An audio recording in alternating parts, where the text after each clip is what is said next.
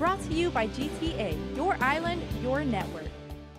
While Senator Mike San Nicolas wants to break up payments for Section 30 funds into quarterly installments, he received pushback from fellow lawmakers on session floor this afternoon. San Nicolas says with Resolution 76, he wants to ensure the funds are available and spread out throughout the fiscal year to pay the upcoming year's obligations accordingly. Unfortunately, what happens is oftentimes that big chunk of cash gets used to pay down prior year obligations. But we're still budgeting that cash as if we were going to have it for the fiscal year. Because we have different cash flow, the ability for this government to be able to meet its obligations ebbs and flows depending on where we are in the year and where that cash flow is at.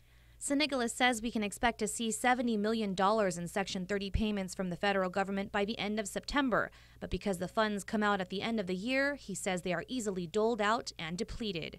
Senator Mary Torres questioned whether the resolution was ripe for the body's consideration. In looking at the committee report, there really was no feedback whatsoever from the government agencies that manage the cash of the government.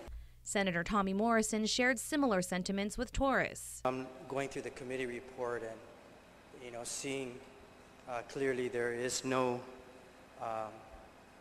information there to work with. And San Nicolas again defended his resolution. Politics really just gets in the way of us doing what's right. If I don't toe the line with what the administration wants me to do, they're not going to have their directors come down and testify for the measures that I introduce.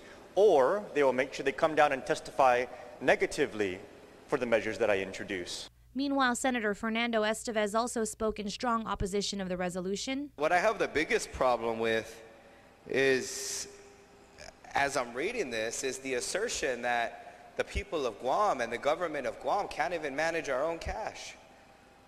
That we have to run to the federal government to do it for us.